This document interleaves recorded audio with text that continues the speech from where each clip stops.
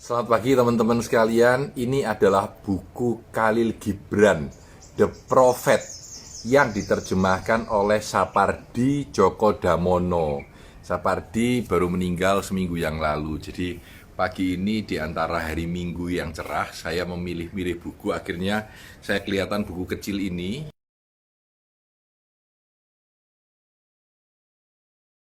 Ya, mulai dari pertama saya kenal The Prophet itu saya cetak dari internet, lalu saya beli bukunya, lalu mungkin saya pernah beli lagi, dan terakhir saya lihat Sapardi menerjemahkan The Prophet, jadi akhirnya saya beli lagi.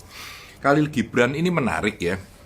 Jadi buku ini telah diterjemahkan dan dicetak dan dibeli orang 120 juta, 120 juta ya kali, dan Anda bisa menggooglenya di internet dan bisa minta full bukunya yang dalam bahasa Inggris, bahkan di puisi-puisi di mana-mana ada ya.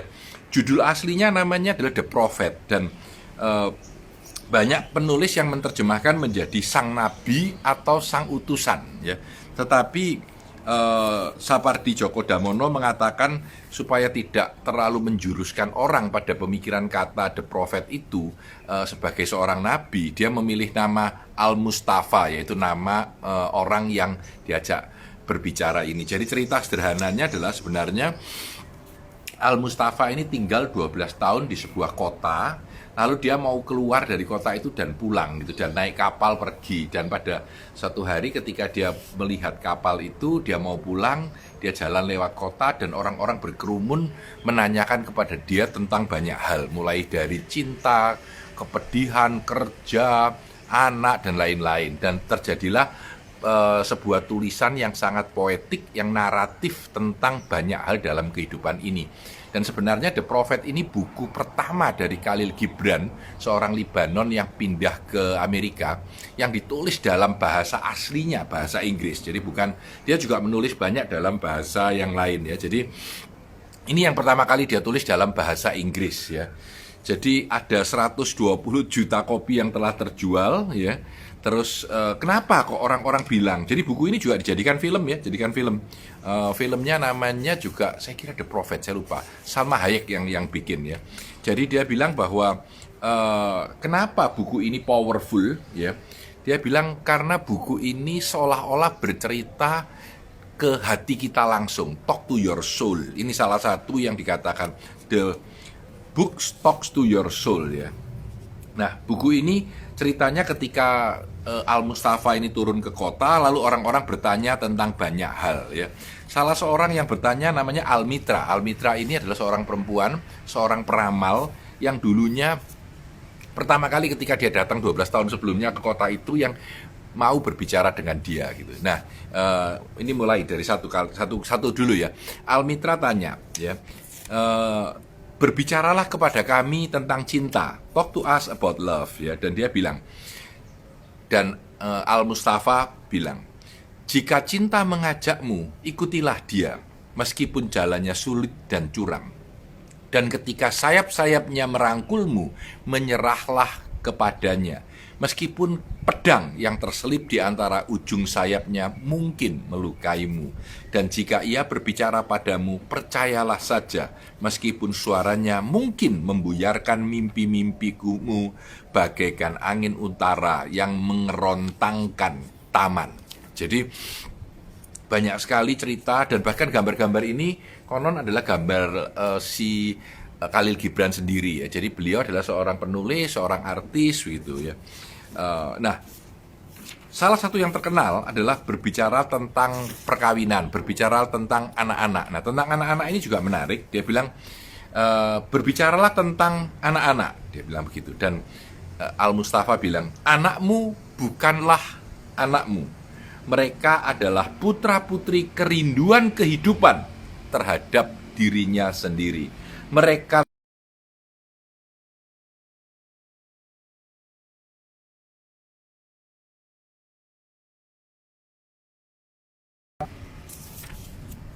Kau adalah busur yang meluncurkan anak-anakmu bagaikan panah hidup. Jadi anak-anak itu seperti anak panah yang diluncurkan ya. Pemanah mengetahui sasaran di jalan yang tak terhingga, dan ia melengkungkanmu sekuat tenaga agar anak panah melesat cepat dan jauh. Biarlah tubuhmu yang melengkung di tangannya merupakan kegembiraan, sebab seperti cintanya terhadap anak panah yang melesat, ia pun mencintai busur yang kuat. Jadi anakmu itu seperti anak panah yang ditembakkan keluar ya. Dan Al-Mustafa berbicara tentang sedekah, tentang makan dan minum, dan tentang kerja. Ini salah satu yang saya sukai, yaitu ketika dia berbicara tentang kerja ya. Berbicaralah kepada kami tentang kerja, dan ia menjawab, kau bekerja agar bisa mengikuti langkah bumi dan jiwa bumi. Sebab jika menganggur saja kau akan menjadi asing dalam segala musim, dan melangkah keluar dari perjalanan kehidupan yang bergerak maju dalam penyerahan diri yang gagah dan bangga terhadap yang tak terbatas. Ketika kau bekerja, kau adalah seruling yang jiwanya dilewati saat-saat yang berubah menjadi nyanyian. Menarik ya, menarik ya. Lalu ketika ditanya, apa artinya bekerja dengan cinta? Bekerja dengan cinta adalah menenun kain dengan benang-benang yang diambil dari jantungmu. Karena yang kau kasihi akan mengenakan kain itu. Bekerja dengan cinta adalah membangun rumah dengan tulus, karena yang kau kasihi akan menghuni rumah itu. Bekerja dengan cinta adalah menyebar bibit dengan penuh kelembutan dan memanen dengan penuh kegembiraan, karena yang kau kasihi akan memakan buah itu. Adalah mengubah segala sesuatu dengan helaan napas jiwamu sendiri, dan mengetahui bahwa yang sudah mati dan diberkahi berdiri di sekitarmu, dan menyaksikan semua ini. Bulu kudus saya berdiri ya. Jadi itulah tentang kerja. Kerja adalah cinta yang kasat mata. Dan jika kau tidak bisa bekerja dengan cinta tetapi dengan kebencian, lebih baik kau tinggalkan saja kerjamu dan duduk di gerbang rumah suci dan menerima sedekah dengan mereka yang bekerja dengan gembira. Artinya kalau nggak bisa bekerja dengan baik, lebih baik mengemislah gitu ya. Sebab jika kau memanggang roti dengan acuh tak acuh, kau hanya akan memenuhi separuh dari rasa lapar manusia. Dan jika kau menggerutu ketika menggilas anggur, gerutumu akan menyulingkan racun ke dalam anggurmu. Dan jika kau menyanyi bagaikan malaikat tetapi tidak menyukai nyanyian itu, kau hanya akan menyumpal telinga manusia sehingga tidak bisa mendengar suara riang dan suara malam. Nah, tulisan Khalil Gibran ini menarik-menarik, dan tulisan The Prophet ini memang paling terkenal banget karena dia tanya terhadap satu hal dan Anda bisa membaca sebagian itu saja tanpa membaca yang lain ya. Ini ada yang bertanya gini. Dia bilang ya, your joy is your sorrow unmasked. Sukacita adalah dukamu yang telah dilepaskan topengnya. Ya. Dari sumber yang sama, tawamu seringkali muncul bersama air matamu. Jadi ini juga menarik. Dia bilang bahwa suka dan duka itu bersumber pada tempat yang sama. Kalau Anda tertawa terbahak-bahak, air mata Anda keluar. Dan kalau Anda menangis terlalu dalam, kadang-kadang tiba-tiba bisa seperti mau tertawa. Karena sebenarnya tawa dan tangis itu berasal pada sumber yang sama. Dari sumber yang sama, tawamu seringkali muncul bersama air matamu. Dan kenapa itu bisa terjadi? Semakin dalam duka terukir dalam hatimu, semakin banyak suka yang bisa ditampungnya. Bukankah cawan yang berisi anggurmu adalah cawan yang dibakar di tungku tukang tembikar? Jadi kalau cawan itu dibuat minum, tapi dulunya dia sengsara karena dibakar. Ya. Ketika kau bersuka, pandanglah hatimu dalam-dalam, dan akan kau ketahui bahwa yang telah menerima duka adalah tempat yang sama dengan ketika menerima suka. Ya. Jika kau berduka, pandanglah lagi dalam-dalam, dan kau akan mengetahui bahwa sebenarnya kau menangisi apa yang sebelumnya merupakan sukamu. Ini menarik karena dia berbicara tentang rumah, tentang pakaian, tentang jual beli, tentang kejahatan dan hukuman, ya, tentang kemerdekaan, tentang akal, tentang nafsu, dan tentang pain atau kepedihan. Ya. Dia bilang bahwa your pain is the breaking of the shell that enclosed your understanding. Ya. Kepedihanmu adalah pecahnya tempurung yang membatasi pengertianmu. Ya. Seperti halnya biji buah yang harus memecah agar intinya bisa berhadapan dengan matahari, begitu juga kau harus mengenal kepedihanmu. Jika kau membiarkan hatimu terpesona oleh keajaiban sehari-hari dalam kehidupanmu, ya, jadi jika kita ini memandang kehidupan dengan kacamata yang begitu terbuka, maka kepedihan akan terasa sama indahnya dengan kegembiraan. Ya. Bagian yang saya suka mungkin adalah ketika dia berbicara tentang pengajaran. Ya, pengajaran. Jadi dia tak ditanya orang, ada seorang guru berkata, berbicaralah kepada kami tentang pengajaran atau teaching. Ya. Saya baca dalam bahasa Inggrisnya, lalu saya baca dalam bahasa Indonesianya. The teacher who walks in the shadow of the temple among his followers give not of his wisdom, but rather of his faith and his lovingness. Guru yang berjalan dalam bayang-bayang rumah pemujaan. Zaman dulu itu rumah tempat memuja ya. Di antara para pengikutnya tidak membagikan kearifan, tetapi keyakinan dan kecintaannya. Jadi guru yang baik itu bukan mengajarkan sesuatu, tetapi membuka pikiran orang lain. Kira-kira gambarannya begitu. Dia bilang, if he is indeed wise, he does not bid you enter the house of his wisdom, but rather leads you to the threshold of your own mind. Tulisnya selalu cantik ya.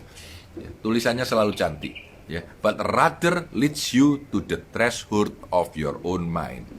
Jika memang bijaksana, ia tidak akan memintamu memasuki rumah kebijaksanaannya, tetapi membimbingmu ke pintu pikiranmu sendiri, kepada batas-batas pemikiranmu sendiri. Ya. Cukup menarik, ya. Dan tentang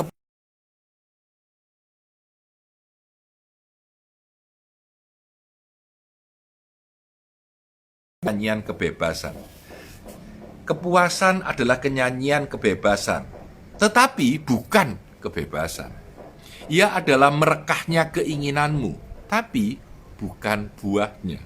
Ia adalah kedalaman yang menyeru ke ketinggian, tetapi bukan yang dalam dan bukan yang tinggi. Ia adalah yang terkurung, yang terbang, tapi bukan angkasa yang diarunginya. Ya, sebenarnya lah, kepuasan adalah nyanyian kebebasan. Jadi Khalil Gibran ini menarik banget ya. Tulisannya tentang The Prophet ini memang salah satu buku atau tulisan yang sangat terkenal sekali. Ya, Salma Hayek ketika membuat film ini dia bilang, kalau kamu baca ini, kamu akan merasa, aku paling suka bagian yang A. Yang satunya bilang, aku paling suka bagian yang B. Yang satunya bilang, aku paling suka bagian yang C. Ternyata begitu banyak, begitu lebar kacamatanya Khalil Gibran dalam The Prophet ini. Al-Mustafa diterjemahkan Sang Nabi, sebagian buku menulisnya sebagai Sang Nabi ya. Dulu saya punya buku terjemahannya yang dulu sekali, namanya Sang Nabi ya. Dia bilang bahwa kacamata kita ini ketika membaca ini akan melihat ke arah yang kita yakini sendiri. Buku ini sangat spiritual dan dari agama apapun bisa menerimanya. Dan ini memang tidak diarahkan kepada agama manapun ya. Tetapi yang menarik sebenarnya adalah ketika kita membaca ini sering-sering kita merefleksikan diri kita sendiri. Kita seperti membaca kembali. Dan seperti katanya orang bahwa buku ini seolah-olah berbicara pada jiwa kita ya, tentang cinta, tentang anak, tentang bisnis, tentang kerja, tentang kebahagiaan, tentang kepedihan, tentang apa saja.